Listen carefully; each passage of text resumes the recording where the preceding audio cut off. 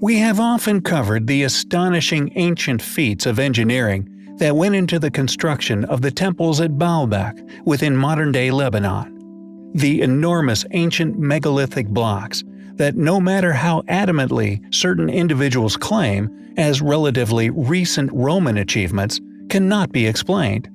How the blocks were cut with the tools available during this claimed era, how they were moved to the location they are today found upon, or indeed any idea as to the techniques or methods utilized to have once perfectly placed them within the ancient structures.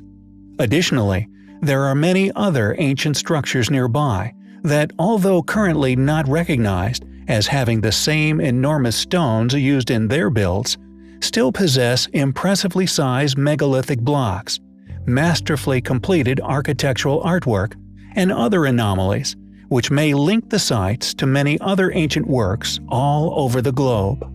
One of these sites in particular is known as the Neha Temples, Neha being a village in the Bekaa Valley within Lebanon, and although the ancient ruins are clearly of an advanced nature, they are, just like the inexplicable ruins of Baalbek, claimed as Roman. Interestingly, in addition to the Neha temples, scattered around the area are a number of mysterious altars that are precisely aligned with the summit of Mt.Hermon.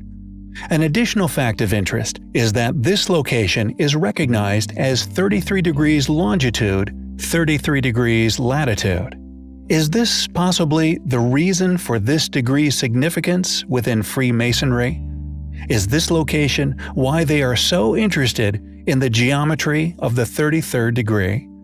Many legends surround this site. In particular, they involve a group of entities known as the Watchers, a purported group of supernatural beings who are known by many names: the Nephilim, sons of God, giants, fallen angels, egregores, or indeed demons. They are spoken about in the Dead Sea Scrolls, books of Enoch, scripture, among many other ancient texts. We find it intriguing that this location, which clearly possesses large numbers of enigmatic and incredibly ancient structures, which additionally display stonework carved and created in the same form as many other ancient sites, also within the Temple of Neha, and possibly within many other of the stonework of the surrounding altars, are protuberances. These mysterious notches, which are also interestingly known as boss marks, another possible connection to this supernatural group, are found throughout the world within the many unexplained ancient ruins, such as ancient Peru, the pyramids, Mt.Hermon, and many more. Predictably, however, these ancient altar sites are rarely investigated or indeed shared by academia. Quote, "During the summer of 1934, Dr. Stuart Crawford and Reginald Haupt led a small expedition in which we studied the ancient shrines surrounding Mount Hermon. We located many ruins, and in each case the shrine was so precisely oriented that when the devotees were at them, they faced a chief sanctuary located upon the highest of the 3 peaks of Hermon. This rare insight was written by Reginald Haupt last century. We strongly suspect that when the now well-established Masonic influences recognized the importance of these sites, they were quickly shut off from any further public academic investigation. Who were the Watchers? Were they real entities? If so, are they still in existence? Is the 33rd degree, and indeed its importance within secret society, a mere coincidence?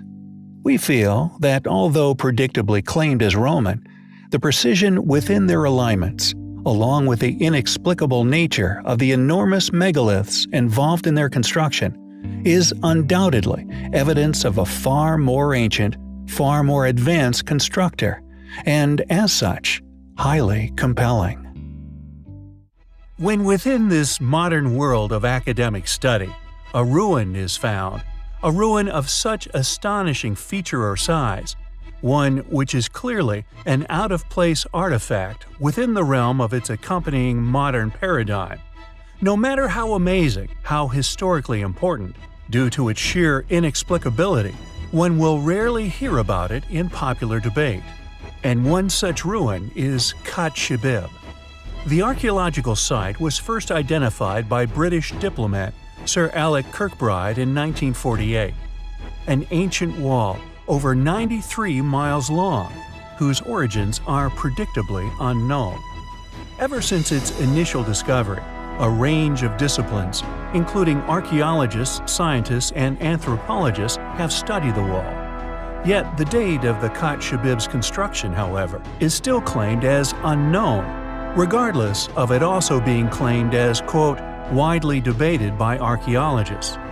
Regardless of this claim, many will have never heard of this spectacular ancient ruin, a reality we claim not by coincidence but design. Recent study of the wall by the Aerial Archaeology in Jordan project have found that it runs north-northeast, south-southwest, spanning a total unbroken distance of 66 miles. However, they also discovered sections where two run parallel, this for an additional substantial distance. Quote, "If we add the spurs and stretches of parallel wall, the total length would be about 150 kilometers or 93 miles," wrote David Kennedy, a professor at the University of Western Australia, and Rebecca Banks, a research assistant at Oxford University, in a paper published recently in the journal Zeitschrift für Orient Archäologie. It is unquestionably a remarkable ancient ruin, one evident of a once highly capable, yet now lost civilization. It is a ruin which we find highly compelling. We recently covered the astonishing archaeological discoveries located within the modern-day Turkey. We discussed the unexplained ancient ruins of Göbekli Tepe, clearly a remnant of a far more ancient, far more advanced civilization than academia would ever allow contemplation of. Additionally, and the focus of the last video, the other ancient gem known as Norsen Tepe, a highly complex, thus highly advanced ancient temple, whose contents indicated no less than 40 additional re-inhabitations of the structure after the original construction, now conveniently hidden under several meters of water, submerged during a dam building operation. Why this operation was undertaken, or indeed why this site in particular was chosen for flooding, may become apparent with our next place of interest. It seems that some of the sites within Turkey have revealed some extremely well-preserved, extremely ancient artifacts left by numerous as yet unknown civilizations. And although these finds have seemingly been concealed from mankind, fate is seemingly on our side. Ironically, a site of complete opposite characteristics, having not been touched or re-inhabited for untold millennia, has also been unearthed within Turkey. Alaçatı, a site on the surface perceived to have been a primitive archaeological ruin dating back to 2350 to 2150 BC, over 4,000 years ago. And yet, upon deeper exploration, an analysis seemingly undertaken too late for academia's dating has shown that the site possesses evidence of the same lost technology, or more specifically, advanced knowledge of stone construction found at many other ancient, unexplained sites around the Earth, like Mt.Hermon, a site we also covered previously. It must be clear to everyone that academia's dating of these sites is not accidental. Was the dating too hastily concluded? We would assume that a dating of over 4,000 years is now difficult to accompany with such advanced knowledge of stone carving and construction. Just how old is Alaçatı? And the same question as always, based on the unexplainable knowledge involved in its creation, who could have built it? The Nimrod Castle, which translates as Castle of the Large Cliff, is an astonishing ancient fortress. And although this awe-inspiring site has predictably been dated to the medieval era, we feel that due to the many anomalous megalithic blocks within its construction, it is far older than this, and undoubtedly a remnant left by a highly advanced civilization, now unfortunately lost to history. This due to academia's funded and often deliberate ignorance. Many of the oldest blocks present within the structure, for example, are all upwards of 10 tons, with some of the heaviest recognized as being over 40 tons in weight. How modern curators and academics alike can attest to these ruins having been created by our tremendously less capable medieval ancestors, we feel, is preposterous. According to those in the so-called know, the fortress was created from scratch during the Ayyubid dynasty, placed within the 12th and 13th centuries. The dynasty undoubtedly existed, this we do not deny. We also do not disagree with the posit that the dynasty ruled large parts of the Middle East during these centuries. However, we suspect that, just like the many other unexplainable ancient advanced ruins found throughout the world, these more recent ruling ancestors, and indeed the large array of ancient artifacts which they left, creating an archaeological legacy, has been used to conveniently date and explain this miraculous structure away, avoiding the controversial truth which is clear for all to see. The fortress is situated on the southern slopes of Mt.Hermon, upon a ridge that rises over 2,600 feet above sea level, overlooking the Golan Heights. We feel that due to its strategical location, much of the structure was rebuilt upon. This task completed with the purpose of guarding a major access route. We believe that upon the leader of this dynasty, Al-Aziz Uthman, discovering the enormous, impenetrable polygonal masonry still in existence within the walls of the site, that were left by a people who, at some point within antiquity, mysteriously vanished. This leader made the logical decision to build upon the impressive remnants, with these walls being reused, utilized for a more modern fortress. This second phase predictably made with far smaller blocks, and thus can be easily explained as medieval architecture.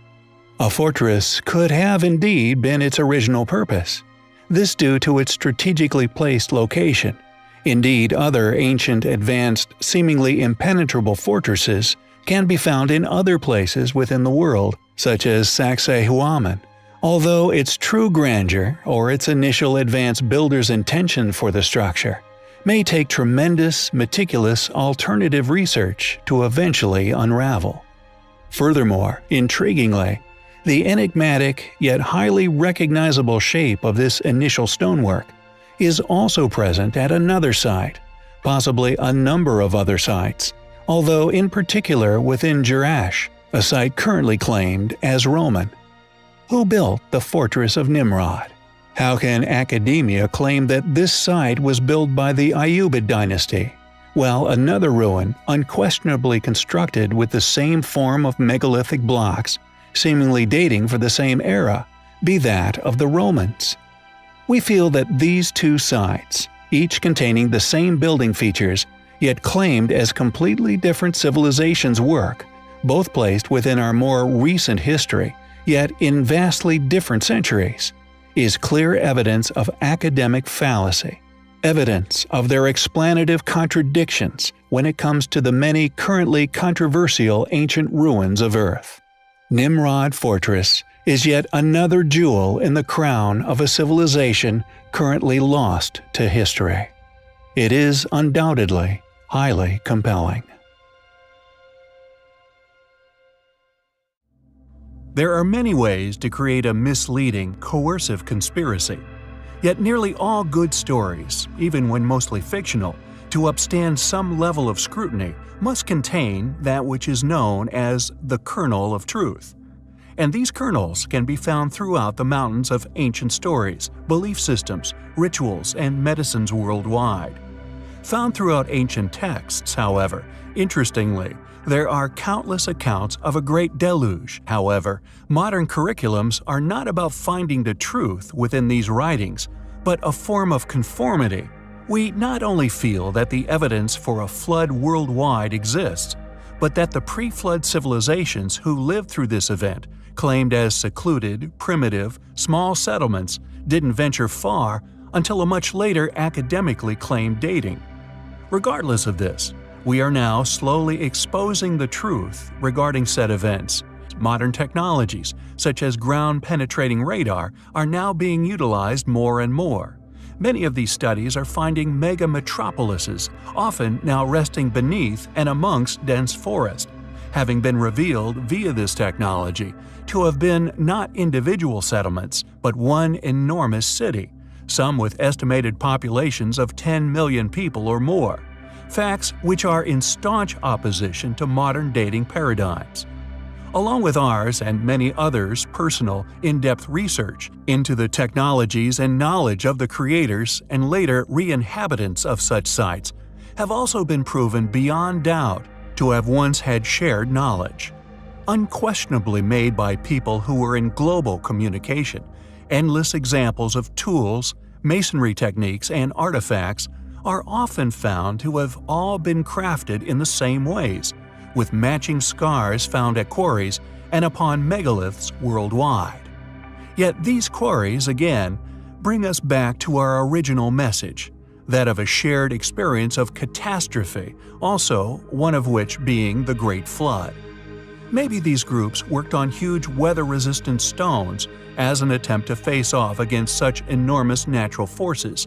Yet it would seem, although they left their mark on the globe, as our research would suggest were in vain, as they were seemingly wiped out in an instant, with many sites abandoned mid-flow during one of these events. Interestingly, not only would the evidence suggest a sudden disappearance of those responsible for many of the most extraordinary megalithic ruins, there have also been remnants found and documented within mainstream funded study, which is not only indicative of a prior knowledge of this possible swelling of the seas, but an immense effort attempted to build fortresses to protect against such an event, dated as 7,000 years old. From an article titled, quote, "This 7,000-year-old wall was the earliest known defense against rising seas." Lizzie Wade states, and I quote, "About 7,000 years ago, seas were rising all over the world. Ice Age glaciers were melting, and the ocean crept up shorelines and toward people's homes on every inhabited continent. Now, archaeologists have discovered the earliest known defense against those rising seas, a 7,000-year-old seawall built to protect a farming village from worsening storm surges and encroaching saltwater from the Mediterranean Sea. Ultimately, however, the wall failed. It now lies drowned off the coast of Israel, along with the rest of the settlement it was meant to protect." End quote. Additionally, Amy Gusick, an archaeologist at the Natural History Museum in Los Angeles, California, who studied this period around California's Channel Islands, stated, and I quote, "All the different kinds of responses we see towards sea level rise 7,000, 8,000, 9,000 years ago, we're still seeing all of those same responses today." Discoveries such as these not only proof of our ancient ancestors' awareness in regards to the possible dangers of rising sea levels, but supports the argument that human contributions are not as catastrophic as are currently believed by some to be. The questions regarding their origins, however, who was once responsible for such remarkable efforts, remains a mystery, one which we are determined to solve. It is a journey of discovery which we find highly compelling.